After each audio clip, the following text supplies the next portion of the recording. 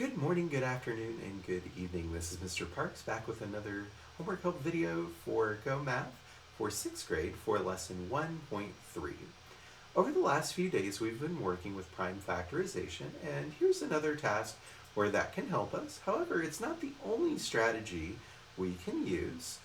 So real quick, I'm going to show you what they're looking for with this. So we could find that 11 is the product of 11 times 1.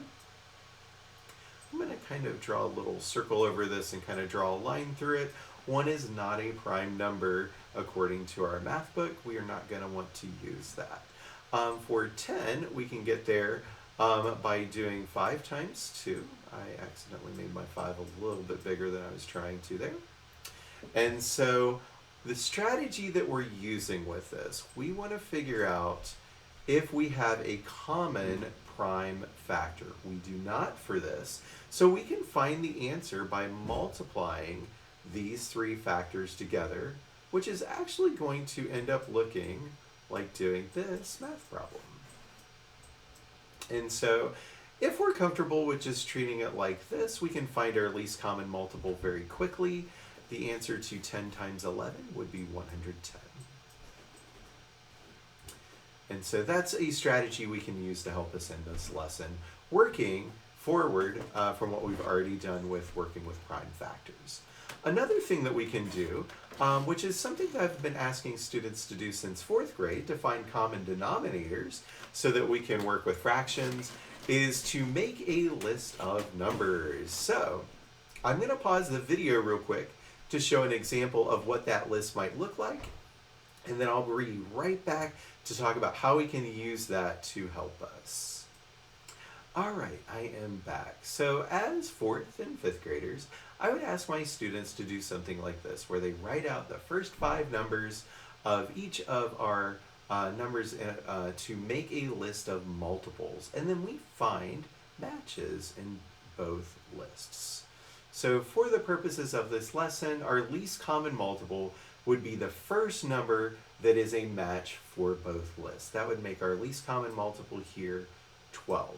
We can always use this strategy. However, there are some times when it might create a little bit of extra work. If we are uncomfortable with our math facts, we can make mistakes. So I love doing this method, but it does come with a little bit of a chance for mistakes to happen. So just be very careful that we are confident in our math facts when we are using that strategy. Now, a type of rule that we can follow, I'm going to come back up to this one real quick before I talk about it in the next problem.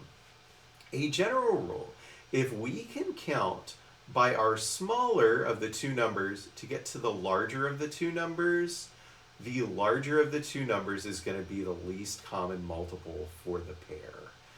And you can see that in the list. We can count by 3s to get to 12. That means 12 is our first match. That means 12 is our least common multiple. So we're going to see that again through some of our homework problems as well as this next one. So I'm going to kind of work through this section very quickly. If I made a list of numbers counting by 5s, I could go ahead and stop here. My first number for 10s would be here. And this would be my match. So here we can count by 5s to get to 10. That means 10 is our least common multiple. This is one we can use our factor tree to help us. So 3 is a prime number. I don't need to do any factorization for that. But the 8 we can go ahead and break up into 2 times 4. Practicing from an earlier lesson, I'm going to carry this one down like the book asks us to do. And then we can do 2 times 2. Here are all of our factors. Sorry about the 2 here. Let's try to add a little bit on there to make it read a little bit more like a 2. And then I'm going to scoot my page over so I'm not blocking what's going on here. So in this case, since we do not have a common prime factor between the number 3 and our prime factors of 2 that we use to get to 8, we can find the answer by multiplying these 2 factors together to make the product 24. So 24 would be our least common multiple for both of these numbers. Now, for number 7, we could actually do the same thing. I'm just going to do a very quick version of this. So we can do 3 times 4, and then our 4 can break up into 2 times 2. And we can do 3 times 2 times 2. Apologies for the slightly messy writing there. We know we can count by 3s to get to 9. I'm not going to show that part. But what this means for us, if we have a matching pair, what I would recommend to my students at this point is to go ahead and make a list of numbers. So if we were to do that, we would go 12, 24, 36. If we were counting by 9s, we can go 9, 18, 27, 36. 37 would be our least common multiple for both numbers. All right? And then for these 2 types of questions, we are going to be finding a missing number. And so for number 8, it just looks like every other problem we've talked about so far. We could borrow our factor tree from up here to find out we do not have a shared prime factor between the number 5 and our 2's that we use to make 8. So we can multiply both of these numbers together. Our least common multiple would be the number 40.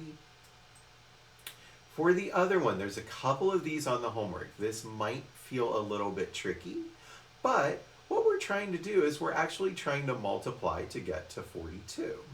So to do that, we would think about what factor can we multiply by 6 times to get to 42. Another way I might say it is how many times can we count by 6s to get to 42, especially with younger students, or students that might just need a little bit of a reminder. So if you need to pause real quick, go ahead and do that. And so our answer to 6 times 7 is 42. That would mean our unknown number for this problem would be the number 7.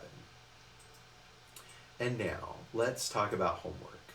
So for the homework, most of these are just a repeat of things that we've already discussed. We have some where we can count by a number to get to the other number, which means our least common multiple would be the larger of the 2 numbers. Some we can make a list for.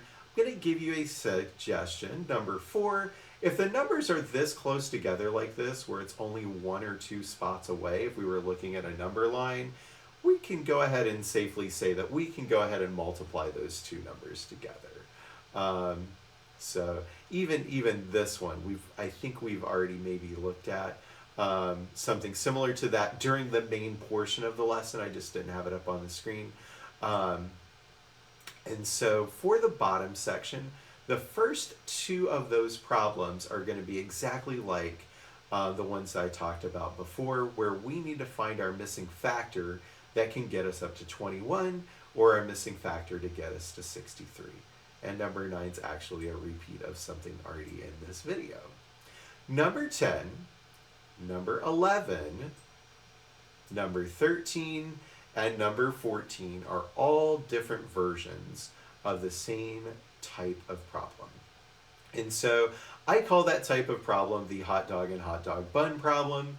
We're going to get a pair of numbers. We need to find what the least common multiple of both of those numbers is. We may also have some additional information. So for instance, on this problem, we need to find out how many packages of each we need.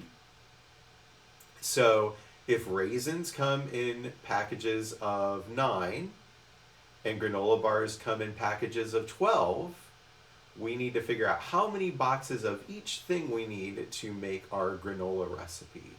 Or granola, yeah, it looks like we're making some kind of granola bar recipe. Or we're combining them to make some type of snack. So we need to know both how many boxes of raisins we get and how many boxes of granola bars we get, so that we can find the amount that we need to purchase of each type to get to our least common multiple. So there's an extra step there as well. We may also see this with number 13. Again, the last sentence of that, how many packages of each should he buy, gives us a good indication that we're going to have multiple answers. We need to find our least common multiple. Then we need to say how much of each thing we need to purchase how many packages of each, so that we can reach that least common multiple. I went ahead and wrote this in, so I had an accident when I was recording, so I'm going back and doing this a second time. So number 18, we are trying to divide by a fraction. Our starting amount of 2 cups of walnuts divided into 1/3 size servings. Here is a quick show of what our steps might be for that. The part that's not shown, we are going to rewrite it as a multiplication problem, and then we multiply across like we would for multiplying fractions after we do the reciprocal of the fraction, which we can find by flipping the numbers around. So I usually use one of these to show that. Number 17 and number 15 are both division problems, and of course number 16, if we want to find the distance around a triangle, we are trying to find perimeter. We get that by adding all 3 of our mixed numbers together. 2 strategies that we can use for that, one of which will become really helpful for 6th grade when we start working with algebra, is combining like terms. So we have 2 mixed numbers that have the same fraction at the end. We can start with that and then add our 3rd one in to save us a little bit of an extra step. If you want to, we can go ahead and find our common denominator for all 3 of these fractions. Here's a hint. This is probably the one that we're going to have to use. And then you can go ahead and work it all at once. But I would recommend, for sake of ease, that I would combine both of these first. So those are the homework problems. Most of my students will be doing most of these problems, maybe not all of them. But number 12, before we go, one of the reasons that we might use finding multiples, which is making our list, is when we are not able to find it by multiplying the 2 numbers together. So prime factorization can help us to figure out if we can multiply the 2 numbers together to get the least common multiple. And then for everything else, I usually have my students find the multiples and then make a list and then circle to find the least common multiple. So those are a couple examples, maybe to help get people started with answering question number 12. Hope the video has been helpful for you. If it has, and you're one of my students, please let me know. Of course, if you're working at another school, please talk with your teacher if you have any additional questions. Hopefully this makes sense. We are going to use this idea more than just for this lesson. So hopefully we want this idea to stick.